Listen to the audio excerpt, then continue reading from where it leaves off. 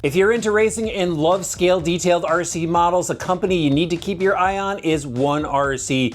These guys have the formula for some awesome ready to run small scale cars.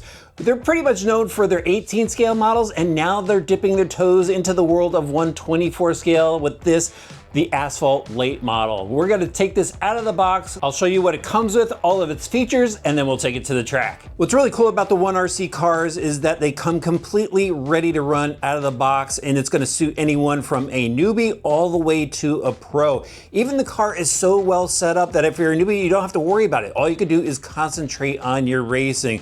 So you can see the model comes pre-assembled. I actually went through the decals on already because I already hit the track with this thing, but it will come with an overspray film on it. You have to pull that off and then apply your decals. And they give you two different styles of graphics if you want to throw those on, or you can leave it white. The car is also available in black or clear. You got a couple sets of numbers and some tire dots here. I'll talk about that more later. Actually, in the performance part, you get an instruction sheet, a charger, a 230 milliamp nickel metal hydride pack, some basic tools, AA batteries, and a FlySky FSG2E radio system, 2.4 gigahertz, and it's got all the basic trims you're going to need, including steering dual rate, because these cars tend to have a lot of steering. You might want to turn that down for your oval racing. All right, let's take a closer look at the car. Again, it's designed after an Asphalt late model, and I really like the sleek shape of this body. The side windows are cut out from the factory. Front and rear windows are transparent. Again, you'll have to pull some decal film off, and you should really unscrew the bodies to do that. It does have a spoiler in the back. That's easy to remove as well, but very cool looking body. Here's the car with the body off, and how cool is this? A tube frame style chassis, just like the real car, and it's pretty rigid too. So you can see they got a small bumper in the front. There's your front body mounts. Roll cage, this comes off, and that's how I got that upper deck out of the chassis there. You've got the driver figure, but look at all of the framework on this. Just adds to the scale realism. You've got this metal Nerf bar on the side. Super cool look to it. And then to get to the battery, they've got this little access door on the bottom with this spin tab. It pops right up, and that's how you go throw the battery pack in. They even have a little slot here for the connector just to keep it protected and inside the car. Very cool setup. So up front here, you've got a really complex suspension setup for such a small car. Check out the small shocks with the metal bodies. They are threaded, but the reason why they're threaded is because they're same as the rear. The rear has a spring, but for the front, the spring is located inboard. And even look at the way the suspension is set from the factory. Looks like we've got a little camber on this wheel. The suspension components seem pretty solid, and there's ball bearings for the front wheels. Let's just take a look at the rear suspension really quick. We've got this link style suspension setup, a panhard bar to center it, and then the axle is a solid axle. No differential in there, ball bearings, metal motor plate, and we'll get into the electronics. So it's an 8700 kV motor. There's the speed controller mounted in the back. So we've got all the weight in the rear over the rear tires to get some traction. It's got a separate receiver, full-size receiver from FlySky, and then a mini or micro servo up front with metal gears too, and a servo saver built into it just in case you're bumping the walls.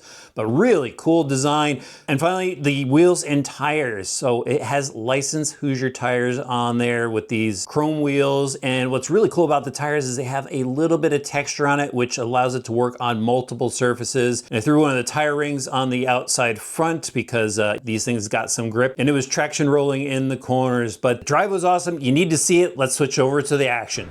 Okay, RC drivers, took the trip to the RC garage in Madison, Connecticut. This small oval is going to be perfect for this 24 scale Asphalt late model. And I'm already getting into it, guys. There's a groove built up in the corners. Got to watch that.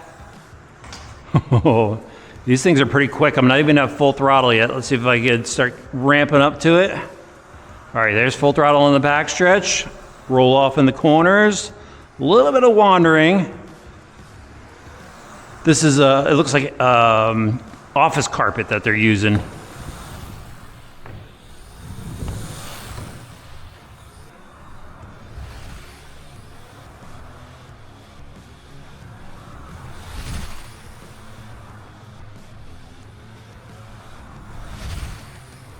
So there's a lot of traction in the corners. I'm gonna actually take it wide, or try to take it wide, just to go in the ungrooved areas. There's a little more tire slip out there. But just like the rest of the 1RC cars, super quiet. Lots of steering. I actually dialed out a little bit of steering. They just look so cool.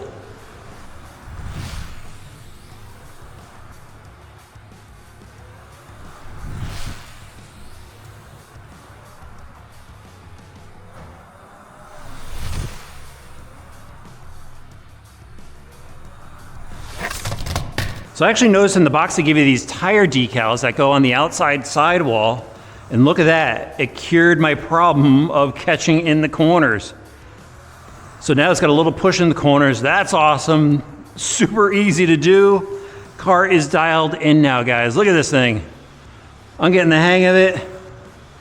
Oh, I could see how much fun a bunch of these would be. 1RC is just killing it. I have not heard anything bad about this company. Everybody seems to love every offering they put out. I ran the mini nationals with the 18th scale. So much fun. Look at that. I can't believe just throwing a tire decal on got this thing so dialed in.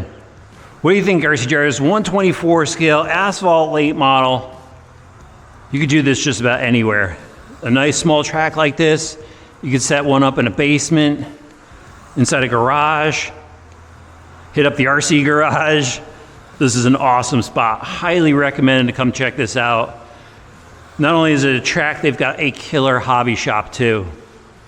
Speaking of hobby shops, if you want to grab one of these, definitely check out your local hobby shop, or I'll have links for it in the video description below.